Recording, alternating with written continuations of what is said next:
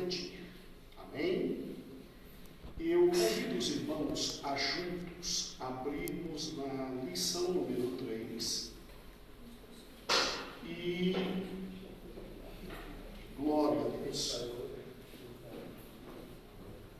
Adianta aos irmãos que nós vamos fazer essa semana o que foi feito na semana passada. Quarta-feira, novamente, papai não está. Então, o que nós vamos fazer? Nós vamos pegar a lição número 3 e vamos dividir em 2 encontros. Um encontro hoje, outro encontro na quarta-feira. Em razão da dimensão do peso teológico que há numa lição como essa.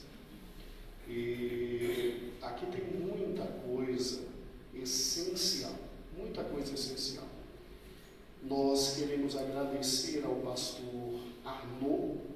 Arnaud é nosso pastor ali na nossa igreja. Eu digo nossa porque é nossa, é de todos nós. Nós estamos juntos ali na nossa igreja em Formosa, né? E ontem eu estava vendo no WhatsApp dos pastores, marcando uma felicidade, mas realmente a igreja em Fortaleza, que foi inaugurada ontem, é muito bonita, irmãos, muito bonita, linda a igreja, muito bem construída.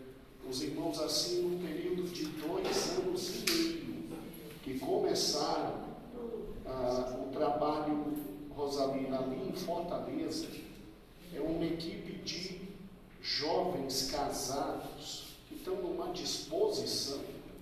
Mas Rosalina está de vento, irmão. E terminaram de construir em Fortaleza. Eles já estão sabendo que os jovens estão indo para o Piauí, e aí já vieram algumas sugestões pelo WhatsApp, né? Se vai no Piauí, vem na Fortaleza, isso é, né? Deus ajude os jovens e o pastor Elias. Mas quando você é jovem, você tem força para tudo. E pastor Elias é um pastor jovem, forte, vigoroso, homem forte. Bem, nem tanto, é?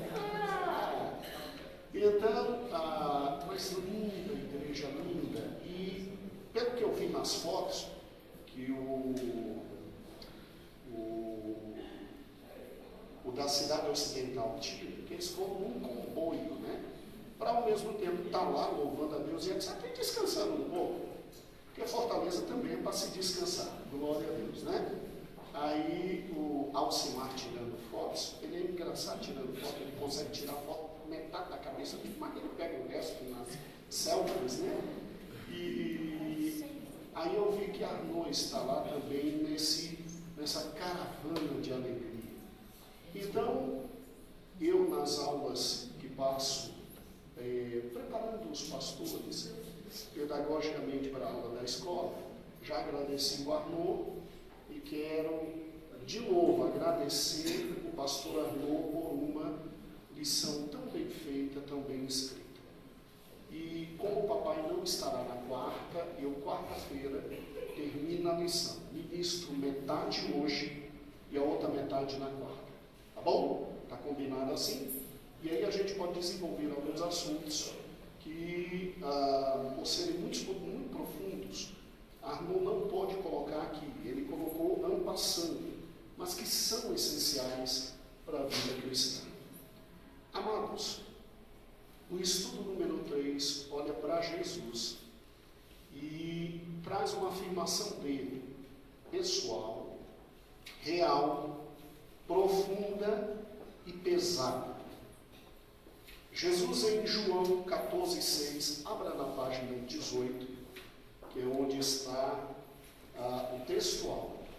Jesus em João 14,6 diz assim: Eu sou o caminho, a verdade e a vida. Ninguém vem ao Pai senão por mim. Ninguém vem ao Pai senão por mim. E Arnaud ficou responsável por escrever a lição Jesus é o único caminho. O único caminho. Amém?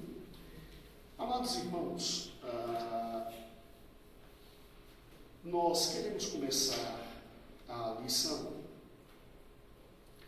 chamando os irmãos a Gênesis. Vamos juntos? Hoje, muita Bíblia, irmãos.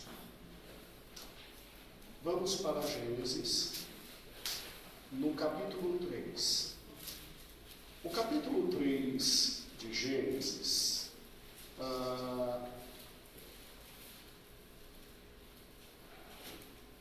um olho na Bíblia, um olho na lição, se quiser até levanta, tem à disposição de vocês, né? Se precisar, se alguém não conseguir levantar, só pedir que os jovens venham e ajudam. Amado irmão, em Gênesis capítulo 3, Gênesis capítulo 3, você tem a história da queda, e todos nós conhecemos a história da queda. E quando você olha para a história da queda, você vê a partir do versículo 6. Vamos juntos? A partir do versículo 6. Gênesis 3, 6.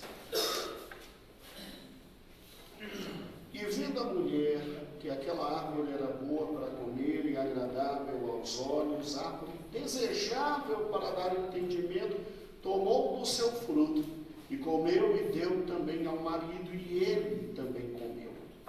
Foram abertos os olhos de ambos e conheceram que estavam nus, e cozeram folhas de figueira e fizeram para si aventais. Aí vamos para o versículo 8 agora. Gênesis 3 e 8. E ouviram a voz do Senhor que passeava no jardim pela viração do dia. E escondeu-se Adão e sua mulher na presença do Senhor Deus entre as árvores.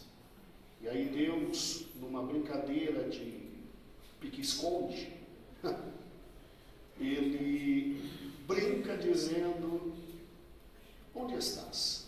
Isso está no versículo 9, como se o homem pudesse de Deus se esconder, né? Onde estás? Irmãos, eu quero começar a lição de hoje conversando com os irmãos rapidamente sobre a realidade da queda do homem, que os irmãos já sabem, já têm. Ninguém aqui mas tem problemas com a questão da queda do homem. O homem desobedeceu a Deus. Ele tinha frutos para comer, e o único fruto que Deus disse: não coma.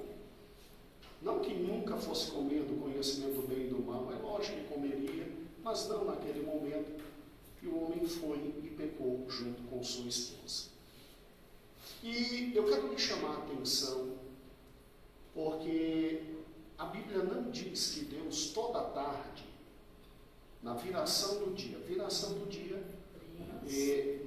no hebraico e no aramaico significam aquele momento em que o dia está caindo e a noite chegando. O que equivale às 6, 6 e meia, 7, 7 e meia, a depender se no Gênesis e no Éden tinha ou não horário de verão. Né? Agora raciocine comigo, meu amado irmão, querida irmã. A Bíblia não diz que toda a viração do dia Deus passava para conversar com o homem, mas a Bíblia induz a esse conhecimento. Na medida em que, na viração do dia, Deus passou e chamou Adão, e Adão se esconde, e Deus olha para Adão e diz assim, como eu fazia com meu filho Davi, quando ele era pequenininho. Eu chegava, aí ele se escondia do lado da porta, botava a mão na cara, e eu já sabia que era para procurar o Davi na casa inteira. E aí eu olhava, eu via o Davi, e eu olhava para minha esposa: onde está o Davi? Aí ele ficava assim, ainda balançava a perninha, aí eu tinha que procurar a casa inteira, não obstante ser 11h30 da noite, está acabado. E aí achava o Davi e íamos conversar às 11h30 da noite. Glória a Deus. Mas assim foi o homem se escondendo de Deus, Deus olhando: onde estás? É até de sorrir, né? Onde estás? Qual a ideia que se tem aqui? Amados, a ideia é que Deus toda tarde vinha conversar com o homem. Essa é a ideia. Toda tarde o Senhor passava e vinha dialogar com o homem. Porque Deus nunca foi Deus de separação. Deus sempre foi Deus de comunhão. Essa é a ideia. E excepcionalmente naquela tarde, Deus passa e o homem está tentando se esconder porque pecou. Irmãos, creiam, se Deus não vem a nós conversar conosco, nós não saberíamos nunca nada sobre o Senhor Deus. E aí o que acontece? Acontece que o homem pecou e Deus agora tem que responsabilizar o homem. Primeira providência de Deus. Primeira providência de Deus, obviamente depois de punir imediatamente o homem, e ainda avisar, fique tranquilo, porque a partir de agora você vai saber o que é a morte. Não vou te matar agora, porque meu amor é maior do que minha justiça nesse momento. Vou permitir que se matem animais em seu lugar. Tanto é que essa folhinha aí que você fez, essa vestimenta de figueirinha, isso não serve para nada. Eu vou te trazer uma roupa decente de um animal que eu vou matar. E a partir de hoje você se aproxima de mim por intermédio de animais. E aí o que Deus fez? Deus expulsou o homem do jardim do Éden, para que o homem não tivesse acesso à árvore que Deus queria que ele comesse, que é a árvore da vida eterna. Veja comigo, por gentileza, irmãos, o versículo 21, do mesmo Gênesis 3, e fez o Senhor Deus a Adão e sua mulher túnicas de pele e os vestiu. Versículo 22. Então disse o Senhor Deus, eis que o homem é como um de nós, sabedor do bem e do mal. Ora, para que não estenda a mão e coma da árvore da vida e viva eternamente, o que a gente tem que fazer? Versículo 23. E o Senhor Deus, pois, o lançou fora do jardim para lavrar a terra de que fora tomado. E havendo lançado fora do jardim, versículo 24, pois querubins ao oriente do jardim do Éden, e uma espada inflamável da que andava ao redor, para guardar o caminho da árvore, o quê? Da vida. Aí na quarta, eu te explico a segunda parte da lição. E é linda e fantástica, que está na página 21, Jesus, o único caminho para a árvore da vida. Essa é preciosa. Quando Arnaud pensou nisso, eu acho que nem ele tinha a dimensão exata do que talvez tudo aqui existisse, ou talvez tivesse, não pode colocar aqui porque o número de páginas é exíguo. Mas aí, quarta-feira, eu te explico isso, que é um dos fenômenos teológicos mais belos da palavra de Deus. Jesus nos abriu de novo o caminho para a árvore, o quê? Da vida. Da vida. Só que antes eu quero trabalhar com você sobre Jesus, o único caminho para Deus. Tá? E aí eu preciso que você continue agora comigo. Expulsos do jardim, veja a situação do homem, meu amado irmão, minha amada irmã. O homem agora está longe do jardim de Deus e sem a visitação de Deus no final, o quê? Da tarde. No final da tarde. E agora como é que fica? Como é que eu tenho acesso a Deus? Como é que eu tenho acesso a Deus? Obviamente que somente Deus poderia agora dizer ao homem como seria o acesso a Ele. E Deus estabeleceu em sua palavra o caminho de acesso a Ele. Pegue isso agora, essencial. Deus estabelece em sua palavra o caminho de acesso a Ele. Vamos para a revista, por gentileza, página 20. Bora juntos? Na página 20, 20.2 diz assim: Jesus, o único caminho para Deus. Achamos? Vamos juntos. Ao falarmos sobre religião, falamos sobre caminho para se chegar a Deus. Porém, muitas são as crenças das várias religiões do mundo inteiro. Será que todas podem levar o homem a Deus? Todos os caminhos podem nos levar ao Pai? Felizmente não. Devemos entender que o pecado sempre foi a principal barreira entre Deus e o Isaías 59, 2 diz isso de forma clara em casa celeste. Tá? Os vossos pecados fazem separação entre eu e vós.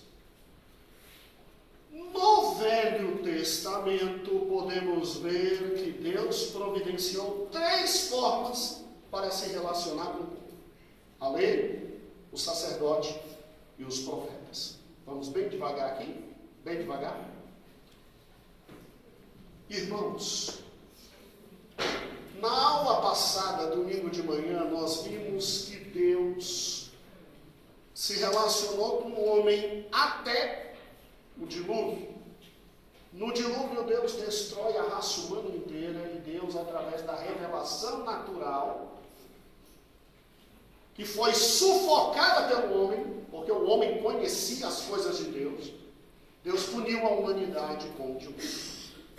E aí Deus estabeleceu o seguinte em seu ser: eu agora vou criar um novo caminho a mim. Ele escolhe Abraão, e por intermédio da descendência de Abraão, ele escolhe o meio pelo qual a humanidade teria acesso a ele.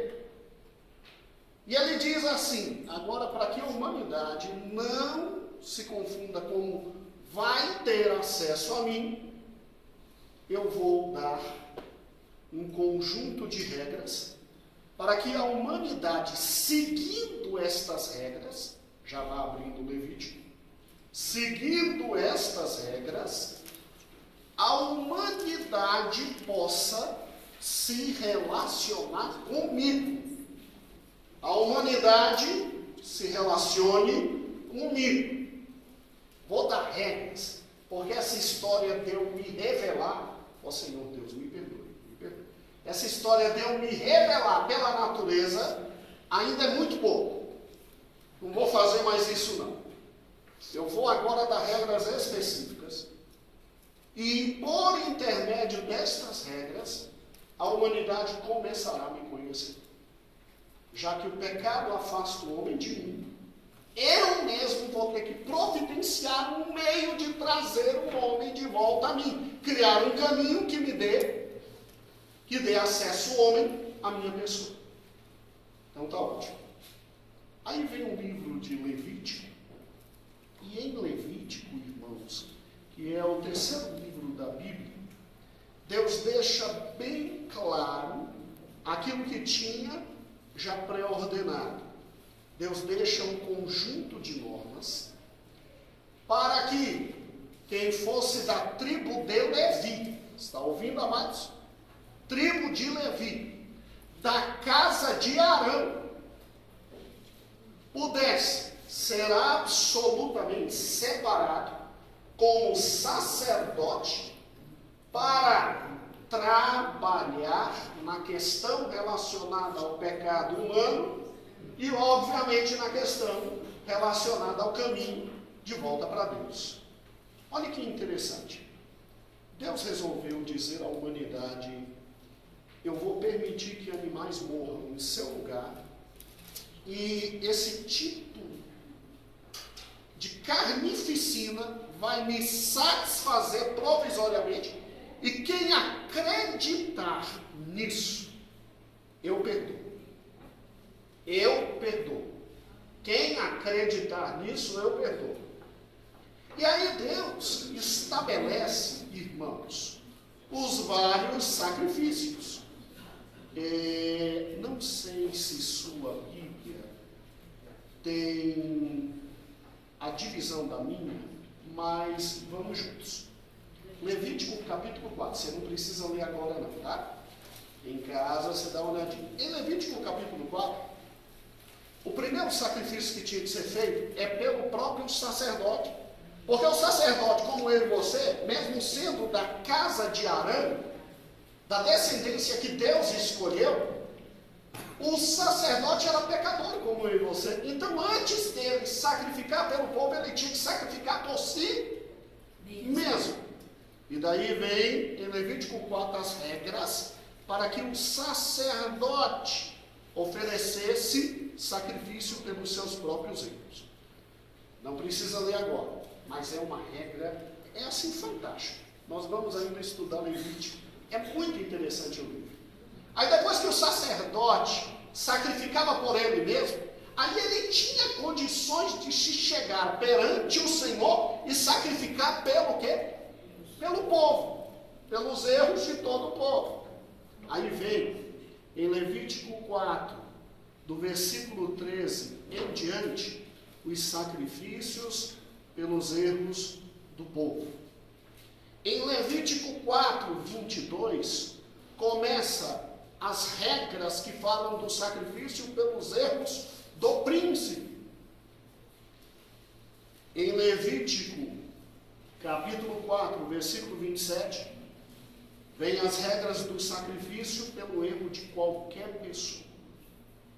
O que eu acho fantástico é Levítico 5. Irmãos, Levítico 5 é fantástico.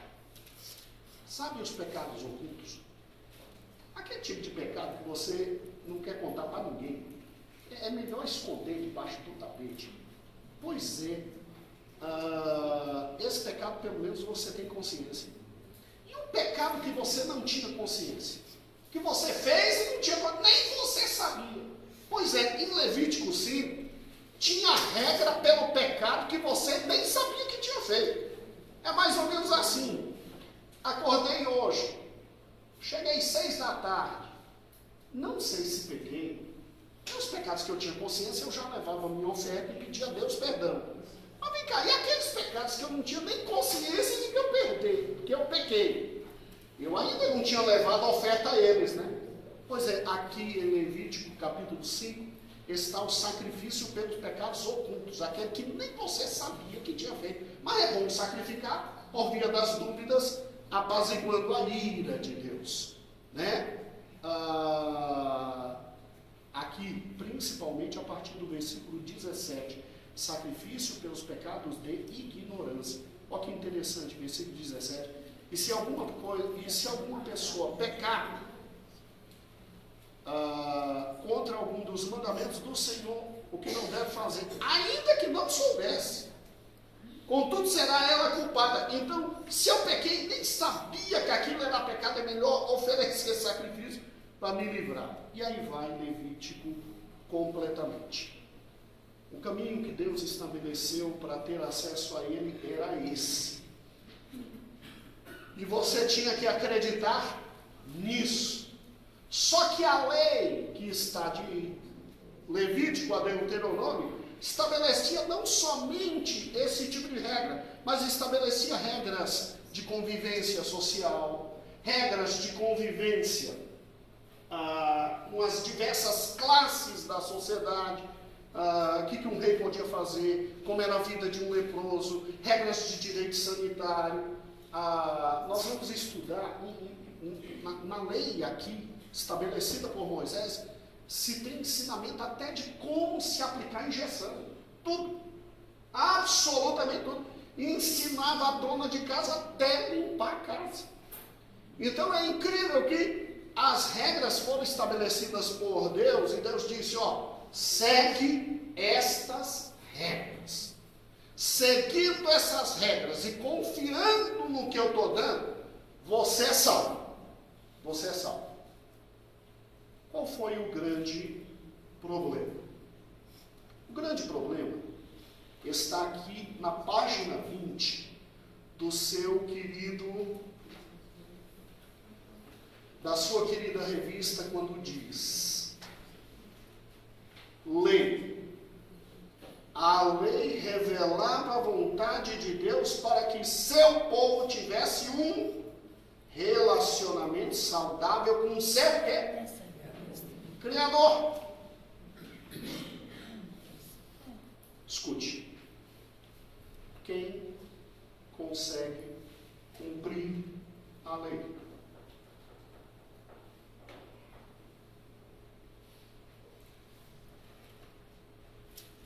Deus, olhando do céu para a terra, disse assim: meu filho, desce, porque ninguém consegue cumprir a lei, e chegou o momento de eu manifestar um novo caminho de acesso à minha pessoa. Irmãos, basta olhar os 10 mandamentos, basta olhar um mandamento: não cobiçarás. A Bíblia diz que se você não cumprisse um mandamento, você era culpado pela lei inteira. O povo no Velho Testamento tinha esse caminho de acesso a Deus.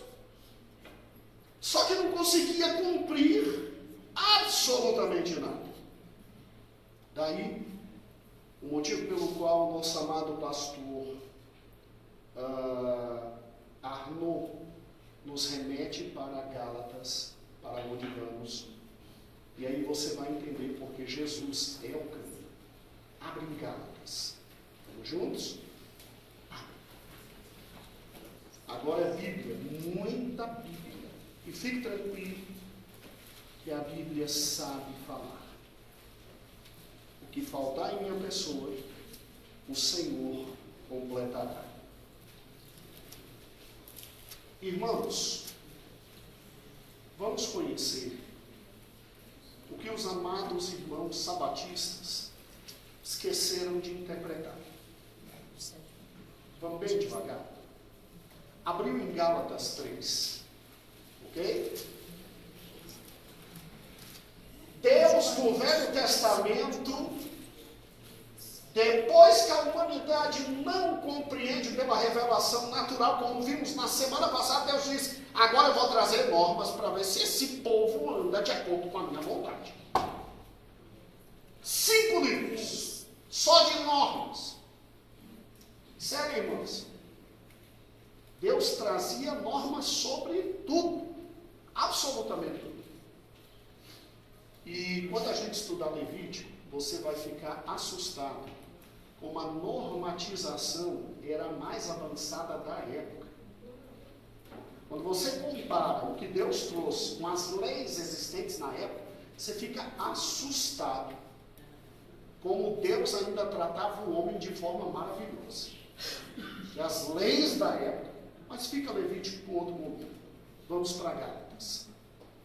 O amado irmão entendeu que a humanidade, a partir do momento que teve Levítico, Números e Deuteronômio, tinha que andar de acordo com esses livros. Você sabia que esses livros, eles eram mais lidos e estudados fora do território judaico que no território judaico?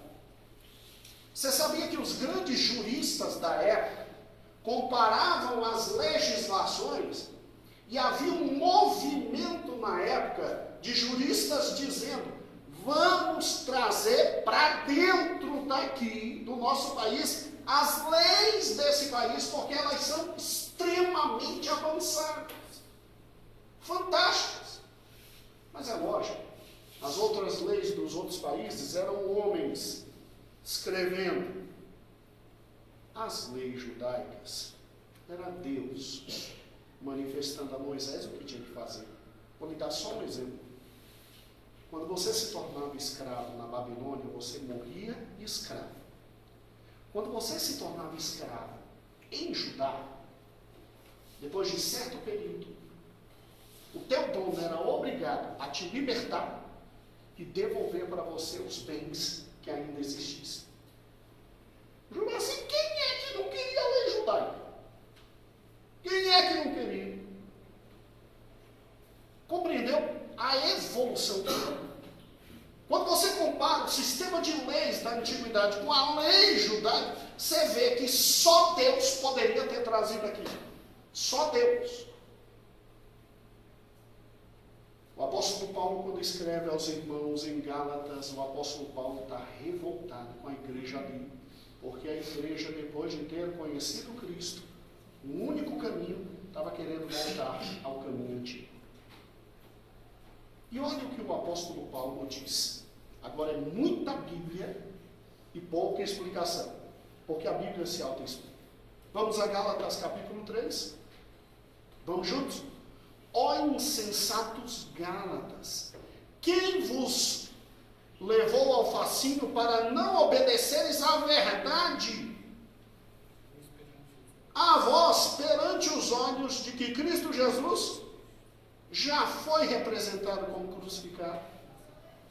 Ou seja, ele está dizendo, quem é que está querendo tirar de vocês o caminho que é Cristo, para levar para o antigo caminho que Deus estabeleceu, que é a lei? Se após Cristo não existe mais lei.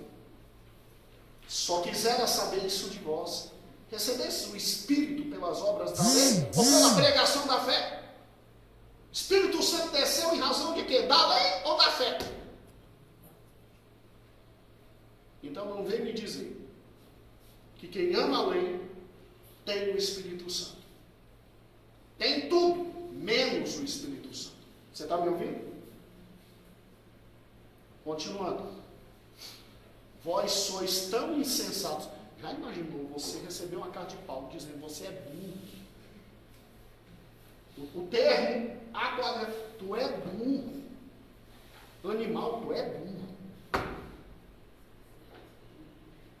Vós sois tão insensatos que, tendo começado pelo Espírito, desceu para a carne.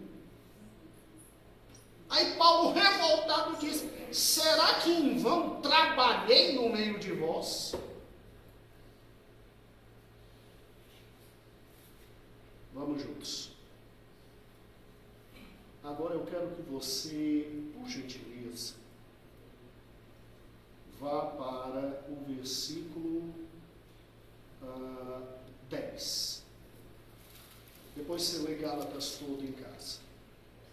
Todos aqueles, pois, que são das obras da lei, estão debaixo da maldição, porque está escrito, maldito todo aquele que não permanece em todas as coisas que estão escritas no livro da lei para fazermos.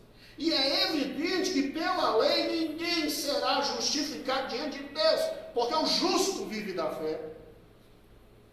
Então, muito mais fé que nós hoje foram os irmãos do Velho Testamento, que sabiam que não conseguiam cumprir a lei inteira. E acreditavam em Jesus. Jesus não, eles não tinham nem noção de Jesus. Eles falavam, Deus, eu estou levando aqui, ó, a ovelhinha, perdoa meus pecados. Mesmo eu não conseguindo viver sobre a lei, perdoa meus pecados. E aí foram salvos porque pela fé. Vamos juntos. Ora, a lei não é da fé. Versículo 12. Mas o homem que fizer essas coisas por ela viverá. 13. Cristo nos resgatou da maldição que? Fazendo-se maldição por nós, porque está escrito, maldito todo aquele que for pendurado no madeiro. Aí vamos para a pancadaria. Agora é peso.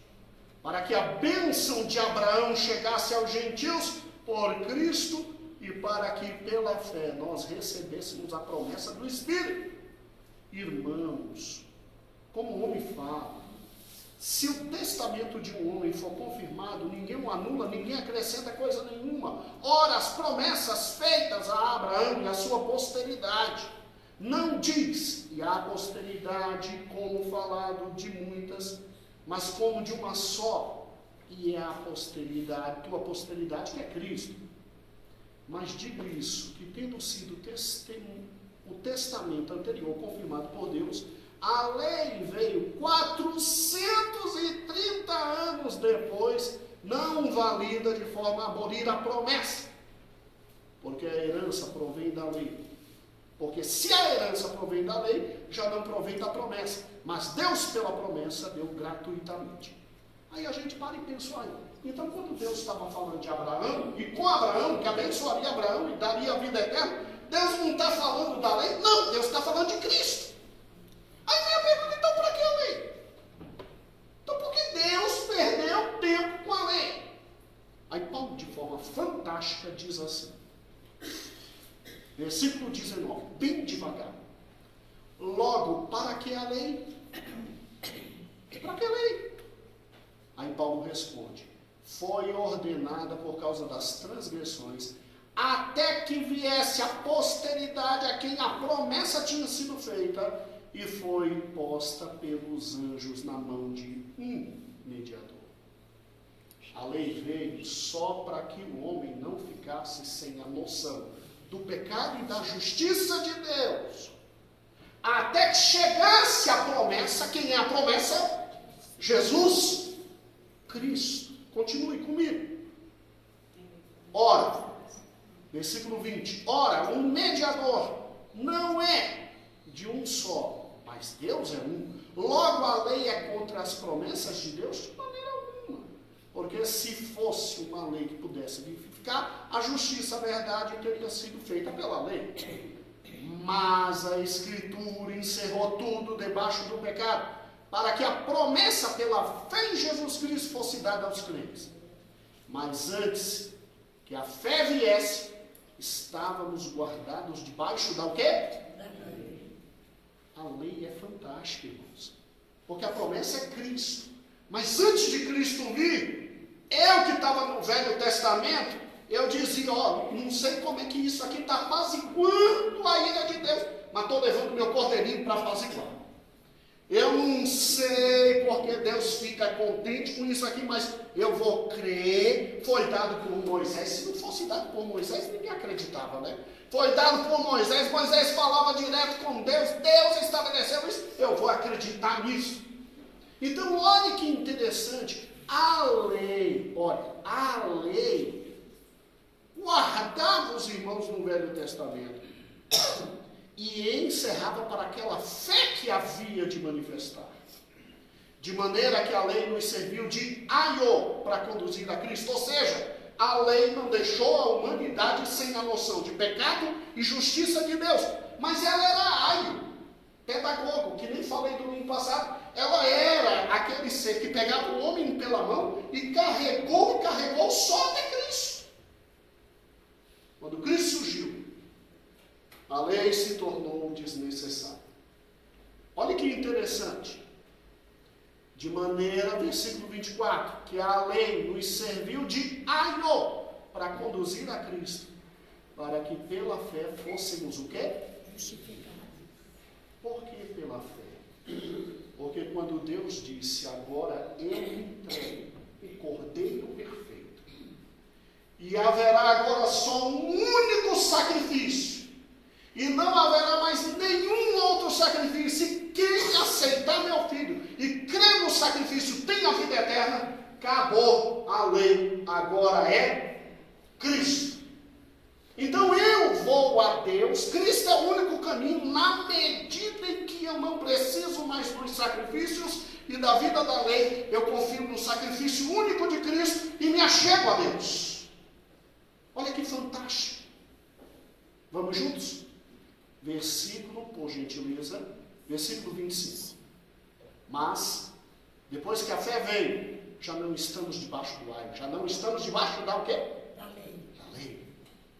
Porque todos sois filhos de Deus pela fé em o quê? Em Cristo Jesus. Todos aqueles que receberam a Cristo Deus o poder de serem feitos o quê? Filhos de Deus. Porque todos, quando fossem batizados em Cristo, vos revestis de Cristo.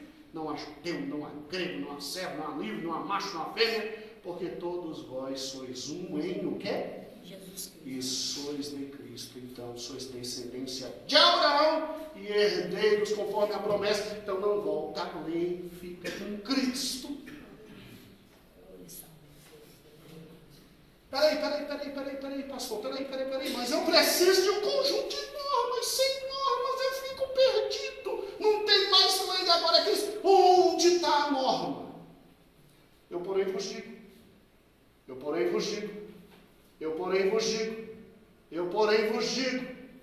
Mateus, Marcos, Lucas e o quê? Abre o site da igreja e vai ver as 25 aulas que papai deu na quarta. E veja a preciosidade. Não há mais para nós aplicação do Velho Testamento. Agora é o Novo Testamento. A lei existiu até Cristo. Com Cristo vem a graça. E Ele traz um Novo Testamento. Vai aprender. Está sublime. Está sublime. Vai, abre o site e vai ver o que está lá. E fique tranquilo, o papai já me disse que está voltando, mas está pensando em tanta coisa em Mateus. Incrível, né? Porque Mateus tem 5 grandes discursos de Cristo. Não eram 5 os livros da lei? Vem o Senhor e diz, eu porém vos digo, com 5 grandes discursos, ele diz, a partir de agora a lei é essa. Agora, peraí. Por que pastor Arnaud?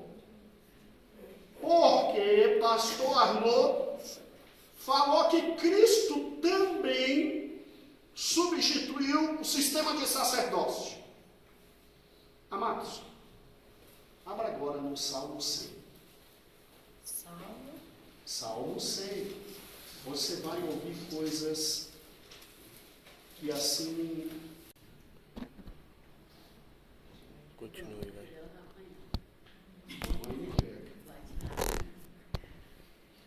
Davi disse a Cristo,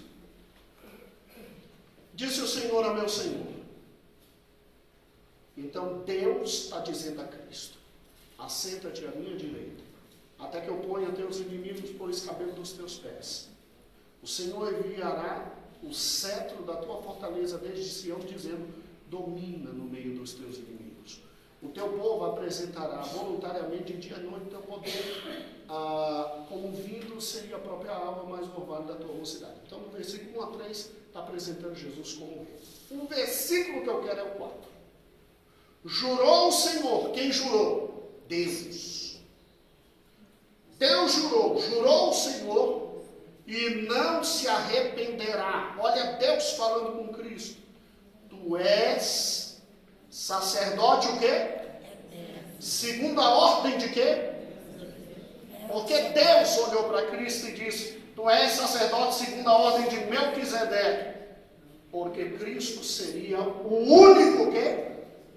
Caminho. Onde está a explicação desse texto?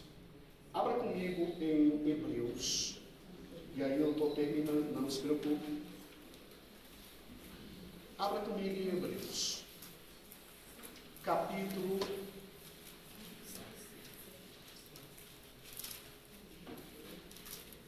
4, como diz aqui o pastor Arnaud. Hebreus 4, 14 a 16 diz assim. Hebreus 4, 14 a 16 diz assim. Vamos juntos? Hebreus, pode abrir bem devagar. Hebreus 4, 14 a 16 diz assim. Hebreus 4, 14. Visto que temos um grande sumo sacerdote, Jesus, Filho de Deus, que penetrou nos céus, retenhamos firme nossa confissão. Porque não temos um sacerdote que não possa se compadecer das nossas o quê? Porém um que como nós foi em tudo tentado, mas sem pecado. Cheguemos, pois, com confiança ao trono o quê? Da graça. De onde Paulo tirou essa ideia? Vá agora para Hebreus capítulo 5. Vamos juntos? Porque todo sumo sacerdote, tomado no meio dos homens, sumo sacerdote vinha dos filhos de Arão, é constituído em favor dos homens nas coisas concernentes a Deus. Porque o sumo sacerdote é constituído em favor dos homens concernentes a Deus. Porque o homem não tinha mais acesso direto a Deus. Ele foi expulso da presença de Deus.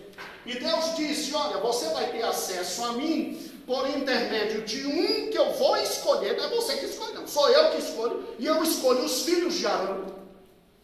E eu vou escolher um, e esse um vai. Em primeiro lugar, oferecer sacrifício pelo próprio pecado. Aí eu vou enxergá-lo como limpo. Aí ele vem e oferece sacrifício por você. Aí você está perdoado. Então, quando Paulo diz, olha, porque todo sumo sacerdote tomado entre os homens é constituído a favor dos homens, ele está dizendo isso, nas coisas concernentes a Deus, para que ofereça dons e sacrifícios pelos pecados. Agora, versículo 2. E possa compadecer-se eternamente dos ignorantes e errados, pois também ele mesmo está rodeado de fraquezas. E por toda causa deve ele, tanto pelo povo quanto também por si, fazer ofertas pelos pecados. Ninguém toma para si a honra, senão o que é chamado por Deus, como Arão. Olha que fantástico agora. Assim também Cristo não glorificou a si mesmo para se fazer sumo sacerdote, mas glorificou aquele que disse, tu és meu filho, hoje te gerei. Como também se diz no outro lugar, tu és sacerdote eternamente, segundo a ordem de quê? Cristo não escolheu ser sumo sacerdote. O Pai disse, os sacrifícios e sacerdócios são temporários. Você, meu filho, será o sumo sacerdote eterno, porque eu não quero mais matança de animal. Eu vou te matar, filho. Eu vou jogar sobre você minha ira. E eu vou aceitar o teu sangue como precioso para purificar pecados. E quem confiar nisso estará salvo. Você será o eterno sumo sacerdote. Oh, glória. Glória a Deus. Irmãos, calma que agora vem. É preciosíssimo, irmãos. Eu sei que eu estou passando o horário. Eu sei disso. Mas eu tenho que dizer isso para vocês. Eu preciso dizer isso hoje de manhã. Para quarta-feira poder chegar no auge do estudo. O auge do estudo hoje é quarta. Jesus nos levando. A árvore da vida, Deus sangue de Deus, traz algo aqui dentro, sabe? Mas eu preciso que você escute isso. Escute por gentileza.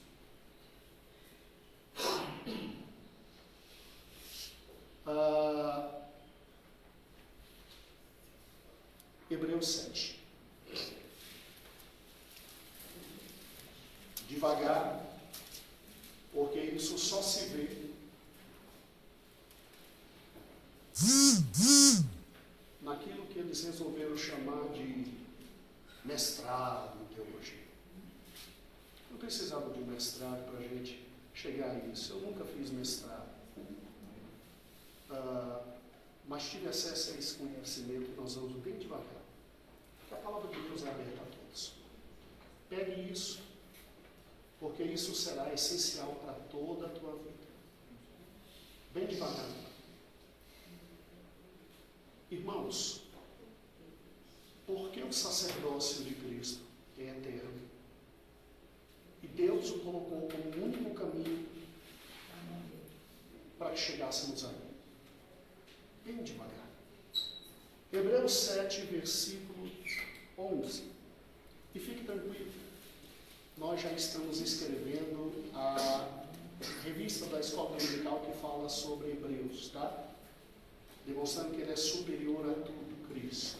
Vai vir, calma. Tudo ao seu tempo. Pastor, e se Jesus vier aí? Não precisa, irmãos. Aí a gente já está com ele, calma. Fica frio. Todo mundo achou Hebreus 7? Bem devagar. Nós vamos agora comer. Comer. Versículo 11.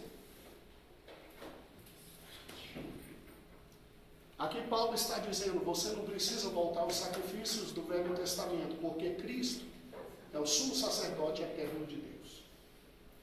E a primeira razão é porque nenhum sacrifício do Velho Testamento envolvia a perfeição, só Cristo levou o homem à perfeição diante de Deus. Vamos juntos? Versículo 11. De sorte que se a perfeição fosse pelo sacerdócio levítico, porque sob ele o povo recebeu a lei, que necessidade havia logo de outro sacerdote se levantasse segundo a ordem de quê? Melquisedeque, e não fosse chamado segundo a ordem de Arão. Porque mudando o sacerdócio, necessariamente se faz também a mudança da o quê? Da lei. Você ouviu isso? Quando Deus, quase 450 anos depois da lei, usa Davi dizendo, escreve, porque isso sou eu que falo para o meu filho. Tu és meu filho, hoje eu te gerei. Te dou as nações. Tu és sacerdote segundo a ordem de o quê? Melquisedeque, não é segundo a ordem de Arão. Tu és sacerdote eterno. Eu juro por mim, que Deus não vai jurar por outro. Ele olha para cima, não tem ninguém acima dele. Não tem por quem ele jurar. Ele diz, eu juro por mim, que você é sacerdote eterno. E eu te constituo sacerdote para que a humanidade não precise de mais ninguém para se chegar a mim. Somente a ti. E aí Paulo diz, por que vocês estão voltando ao judaísmo, se o judaísmo estava ligado ao sacerdócio de Arão? E Deus quis acabar com o sacerdócio de Arão, trazendo agora o sacerdócio segundo a ordem de Melquisedeque, sendo que o representante único e máximo é Jesus. E mais ainda, mudou o sacerdócio, mudou a lei. Não é mais o judaísmo, é o cristianismo. Não é mais o Monte Horebe e o Sinai, é o Monte das Bem-aventuranças. Leia agora comigo, olha que fantástico. Versículo 13. Porque aquele de quem essas coisas se dizem pertence a outra tribo. Engraçado, né? Deus, quando escolheu o início do serviço de sacerdócio, escolheu Arão e a tribo de Levi. Jesus é da tribo de Judá, né? Da qual ninguém serviu ao altar, visto ser manifesto que nosso Senhor procedeu de Judá, e conforme essa tribo nunca Moisés falou de sacerdócio. E muito mais manifesta é ainda a semelhança de Melquisedeque. Se levantar outro sacerdote, que não foi feito segundo a lei do mandamento carnal, mas segundo a vida incorruptível. Fantástico agora, irmãos, porque dele assim testifica, tu és sacerdote eternamente, segundo a ordem o quê? Irmão, sabe por que Jesus é o sumo sacerdote? Porque ele foi gerado para a vida incorruptível. Quando ele morre, ele ressuscita. Não há mais necessidade dos descendentes de Arão, porque esses morriam e ficavam. Ele, por ter morrido e vencido a morte e ressuscitado, ele agora tem a vida o quê? Eterna. Agora vem o que há de mais lindo. Porque o precedente, versículo 18, o precedente mandamento é abrogado, é retirado por causa da fraqueza e inutilidade. Porque o Antigo Testamento era fraco, e segundo Pedro, inútil. Porque estava baseado no serviço sacerdotal de homens fracos e inúteis. Homens que, em primeiro lugar, tinham que trazer o sacrifício para si mesmo, para depois sacrificar pelo povo.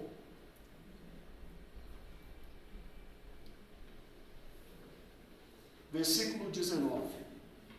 Pois a lei nenhuma coisa aperfeiçoou. Ela só mostrou o pecado que viria a Cristo.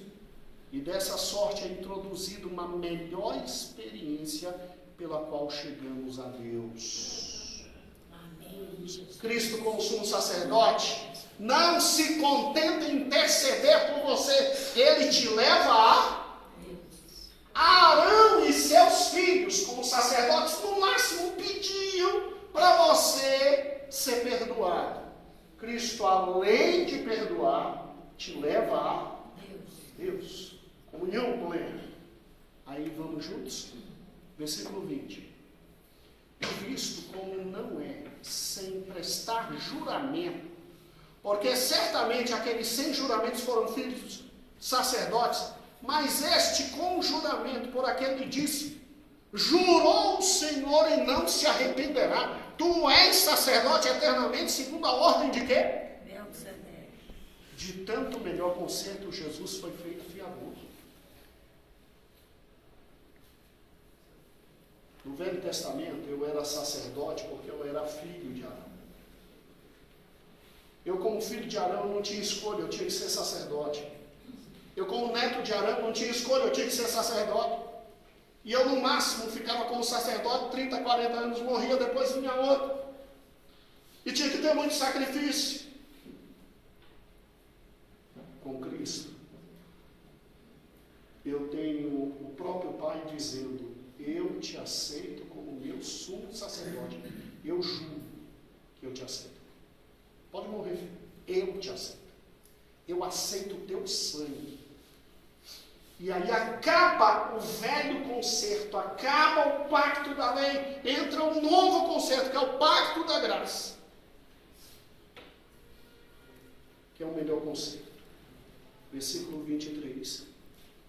E na verdade, aqueles foram feitos sacerdotes em grande número, porque a morte os impedia de permanecer, tadinhos. Mas este Cristo, porque permanece eternamente, tem um sacerdócio o quê? Sublinhe isso. Cristo permanece eternamente, tem um sacerdócio perpétuo, que não acaba.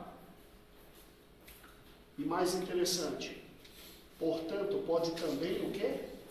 Salvar perfeitamente o que por eles se chegam a Deus, vivendo sempre para interceder por eles. Pode salvar. Ainda vive para interceder por nós.